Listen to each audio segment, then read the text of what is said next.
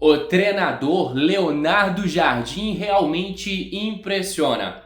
No podcast do Cruzeiro, nesta tarde desta quinta-feira, ele respondeu várias perguntas. E me chama a atenção isso porque Leonardo Jardim conta os bastidores do Cruzeiro, o que ele tem trabalhado que somente quem está dentro do Cruzeiro sabe. E me impressionou quando ele falou, por exemplo, da escolha pelo lateral esquerdo Lucas Vidalba. Não é porque ele é titular do Cruzeiro, é que ele precisa que o Vidalba esteja em condições de brigar por titularidade.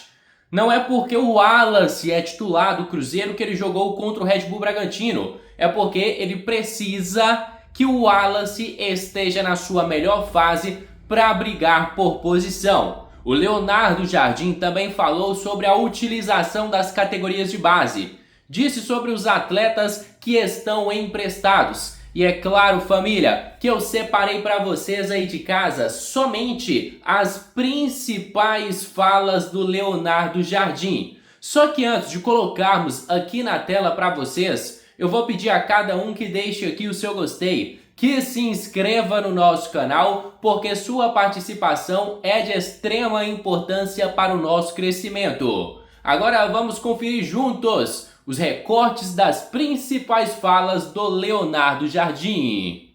Mónaco e o Cruzeiro. Esta parceria é inédita no mundo do futebol. Desta forma, o AS Mónaco quer estar mais perto dos seus fãs brasileiros e desenvolver a sua imagem na América do Sul. Um grande abraço a todos os adeptos brasileiros do Mónaco e aos torcedores do Cruzeiro. Já tinha uma premonição em mim, que um dia essa camisa só ia honrar mais perto, tá com ela vestido um dia. Não, mas até foi uma situação engraçada. Eu lembro-me de como fosse hoje, desta parceria, e o pessoal dos mídias, você é português, você gosta do Brasil, porque eu sempre fui apaixonado pelo Brasil. É a primeira vez que estou a trabalhar, mas já vim mais de 20 vezes ao Brasil. Vim fazer a minha lua de mel a Jericoacoara já há 22 anos. Muito bom gosto. Eu conheço os bons lugares, do Brasil. E ele perguntou-me, mas você podia fazer? E eu, com certeza que posso fazer, até com muito prazer, que apresentei a parceria entre os torcedores do Cruzeiro e os torcedores do Mónaco. E engraçado quando o Pedro ligou-me e o Matos, veio-me à cabeça essa situação que eu achei até muito engraçado. Falou. Ainda dentro dessa falar que hoje no Cruzeiro é a parte, digamos assim, mais difícil do trabalho, que é exatamente começar a implementar uma filosofia de jogo, entender o clube como um todo, o entendimento das coisas e de passar para o campo, para os atletas.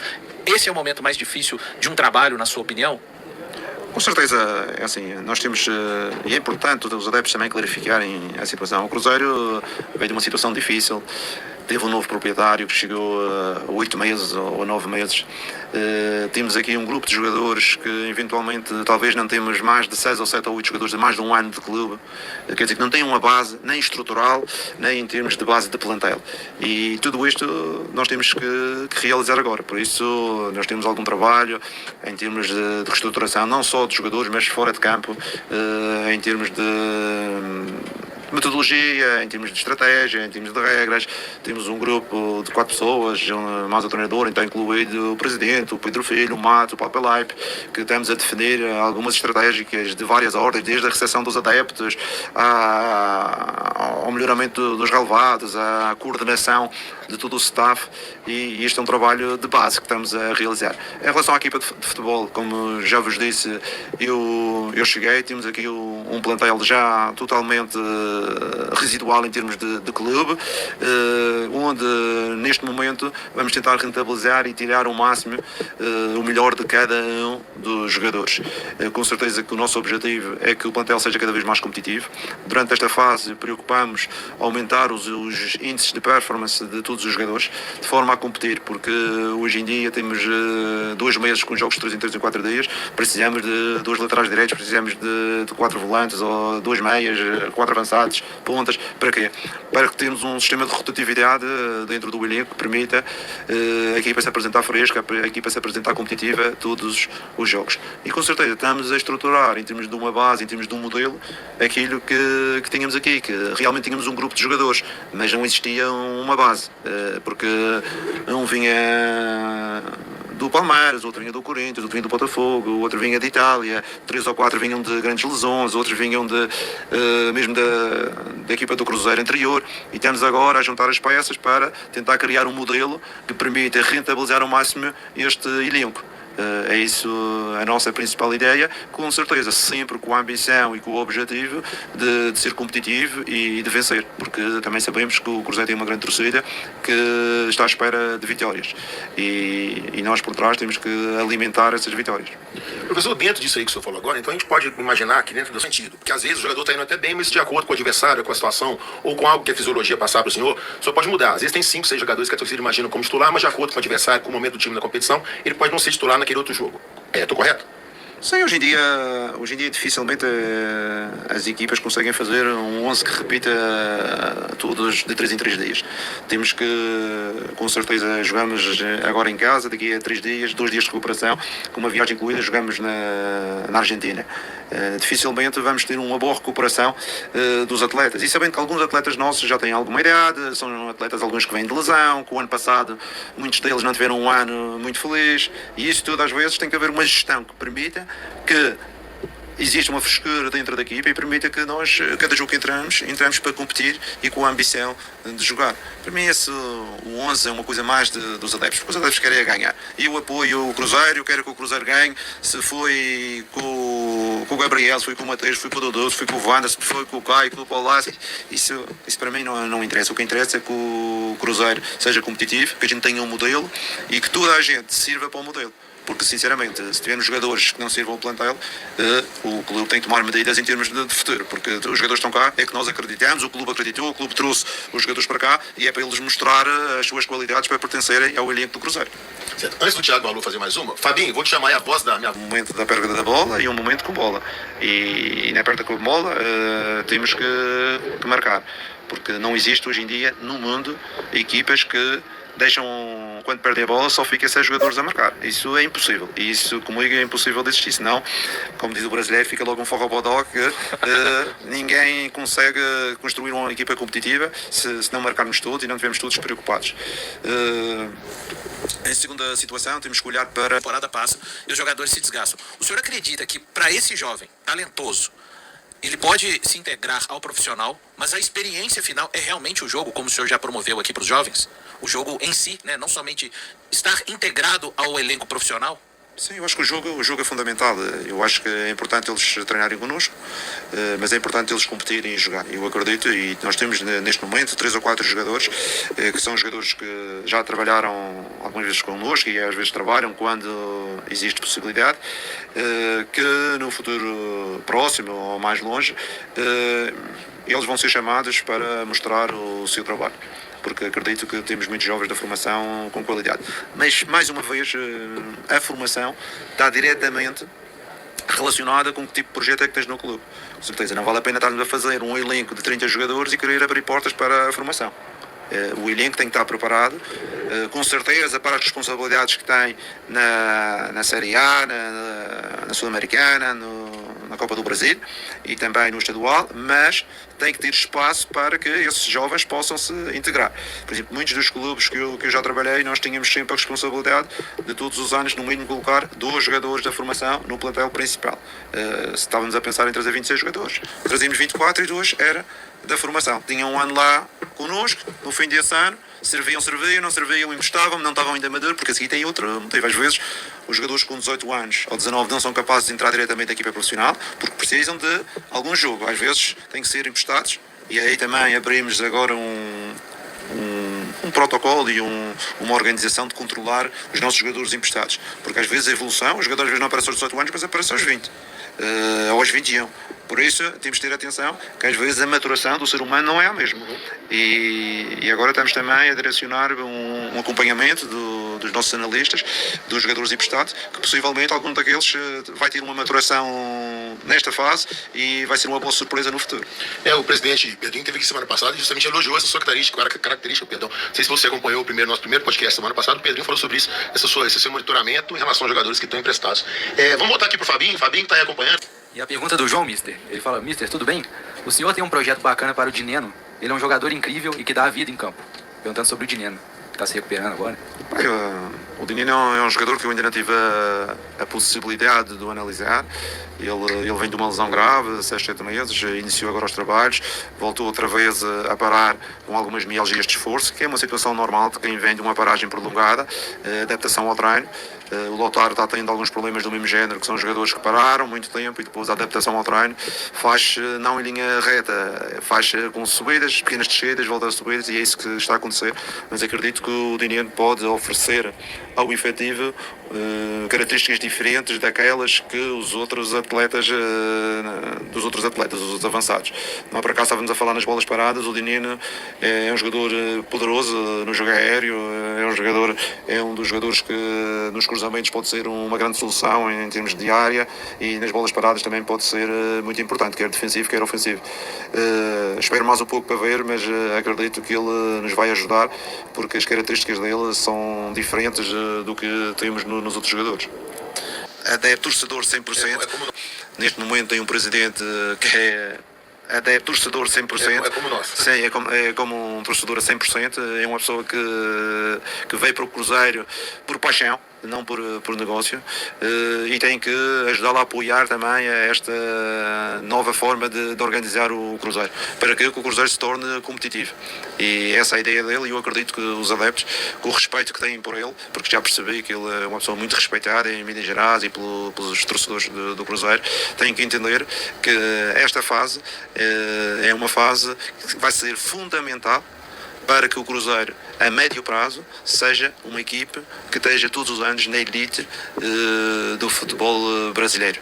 Quando eu digo na elite do futebol brasileiro, é competir em todas as provas para jogar, para ganhar.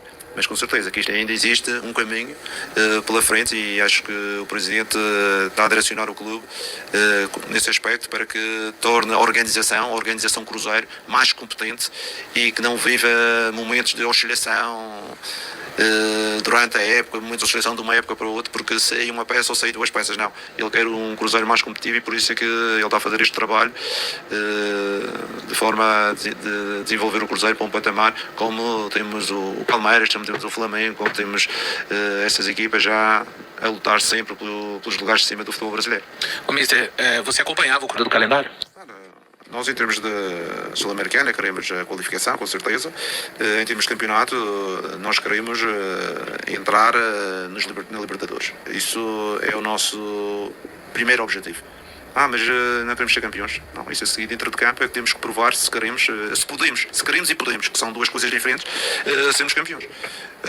Mas em termos de ambição, em termos de objetivo, para esta época o que está definido é entrarmos nas vagas da Libertadores.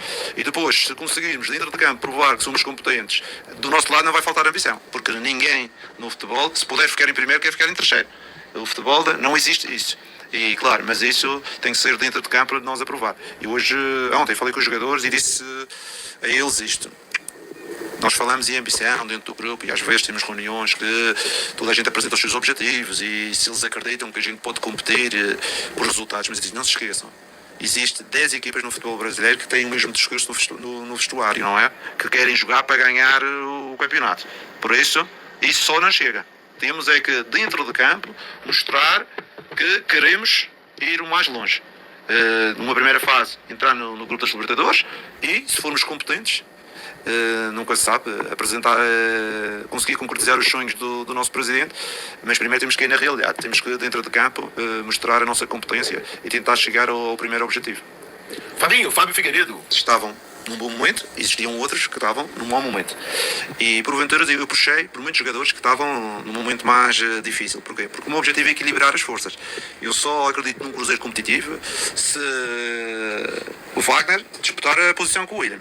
Só acredito numa equipa competitiva se o Gamarra competir com o Fabrício e competir com o Jonathan, ou com o Wallace e o Romero e o Lucas, isso tudo. E isso foi um dos grandes objetivos, foi colocá-los a um nível mais ou menos equivalente, de forma a que agora, dentro de campo, cada um vai se escalar, não é? Porque quem mostrar rendimento é que vai, mas partir de um pressuposto que toda a gente já está no mesmo nível. Eu, por exemplo, quando cheguei aqui não tenho dúvidas. Havia jogadores que estavam com 70, 80% de performance e havia jogadores que estavam com 20 ou 30. Se eu deixasse estar assim, eu passado 2 meses só tinha 11 jogadores. E agora neste momento temos este grupo de 22, 23 jogadores que acredito que seja o Kaique, seja o Marlon, seja o Villalba, seja o Wagner, eles vão competir. Eles vão competir. Diferentes características, mas vão competir e estão já num nível ideal para competir. Professor, quando o senhor fala 180, 120%, taticamente ou de envolvimento com o projeto? Estou a falar de todos os aspectos. Estou a falar, e vou-vos dizer uma coisa. O Villalba, o primeiro jogo que eu coloquei, a defesa central, foi o último jogo da fase de grupos. Democrata. Eu treinei um dia e coloquei os jogadores que não tinham jogado no ano anterior. Eu fiquei tão mal com a qualidade que ele apresentou. Disse, porra, este cara joga aqui no Cruzeiro. Pronto, depois tirei a informação. O cara tinha jogado em 2 meses, 5 minutos. Estava completamente fora de forma. Como é que ele podia competir? Não podia competir. Não podia hoje em dia. Quem viu o Villalba já está a ver um jogador diferente. Um jogador competir, um jogador com condição. E esse aqui é o meu objetivo como treinador. É preparar toda a gente para que quando for chamado possa dar resposta. Porque não quero jogadores que estejam destreinados ou estejam fora de forma. Porque isso não nos vai ajudar. Senão vamos jogar como o torcedor quer, com 11 e mais ninguém joga, porque os outros estão fora de forma. Não. O meu objetivo foi igualar as forças para que exista competição, porque eu acredito na vida, a competição é um fator de sucesso. Só depois de sairmos da nossa zona de conforto e devemos competir é que vamos crescer, é que vamos evoluir. Não só as pessoas, o mundo funciona assim. E o futebol não foge essa regra. Se existir competição, se hoje em dia o nosso zagueiro tiver um ao lado que esteja a trabalhar bem, boa performance, ele vai se dedicar mais, porque ele sabe que pode perder lugar. Se tiver ao lado um que já deixou cair, ele não evolui. Professor, em relação a algumas críticas agora nesse primeiro semestre, mas todo mundo sabe que o Cássio está entre os 3 melhores goleiros do Brasil. E como eu disse, um dos maiores da história. Como é que está aí esse trabalho com o Cássio para a recuperação dele, para ele voltar a ser, não é que ele deixou de ser, mas para ele voltar a ser aquele grande Cássio que todo mundo conhece? Tudo o princípio é para todos os jogadores, os da frente e o Cássio. Quando eu cheguei, a primeira coisa que eu tirei foi tirar o Cássio, tirei o Cássio da equipa e coloquei o Léo. E falei ao Cássio, disse, Cássio, tu vais sair, não vais jogar, porque tens de treinar. Porque eu acho que tu não estás na tua plena forma. Tens qualidade, mas tens que treinar. E o Cássio ficou de fora, treinou 10 dias para o primeiro jogo contra o América. Ele já esteve melhor um pouco. Sim. E ele agora teve mais tempo e ainda está melhor. Okay? Tudo isto é dentro daquilo que eu vos disse anteriormente. Temos que colocar os jogadores. Não podemos colocar os jogadores quando eles não estão bem. Temos que colocar eles bem. Para isso temos que os preparar. E é isso o nosso trabalho com o Cássio e com todos os outros jogadores. Em termos psicológicos também temos que ter atenção. Tivemos o Fabrício Bruno fora de um jogo de treino. Estava com problemas com a sua criança que estava doente. Então não vale a pena estar a ver um jogador que está focado neste momento com a vida de um filho. Não vale a pena. Temos o Matheus Henrique que não foi a 2 jogos de treino. Ele neste momento ele está extremamente focado porque é um nascimento que um filho que ele queria ter muito, é o primeiro filho, não é fácil focalizá-lo para o outro lado. Eu quero que ele resolva aquela situação, quero que aconteça o nascimento, tudo bem, para ele a seguir pegar nessas sinergias e ajudar mais a equipa. E por isso é que temos um efetivo e temos que ter esta gestão de todos os jogadores. Mas porventura, às vezes por fora, a gente só olha na parte técnica e no jogador não olha na parte psicológica. E a parte psicológica hoje em dia no futebol é muito importante e temos que acompanhar. Sim. Então é isso, família. Me despeço de cada um de vocês aí de casa. Agradeço de coração pela sua presença e peço no final que não se esqueça de deixarem aqui o seu gostei, de se inscreverem no nosso canal, porque a sua participação é de extrema importância para o nosso crescimento. Um grande abraço de um cruzeirense para cruzeirense. Fui!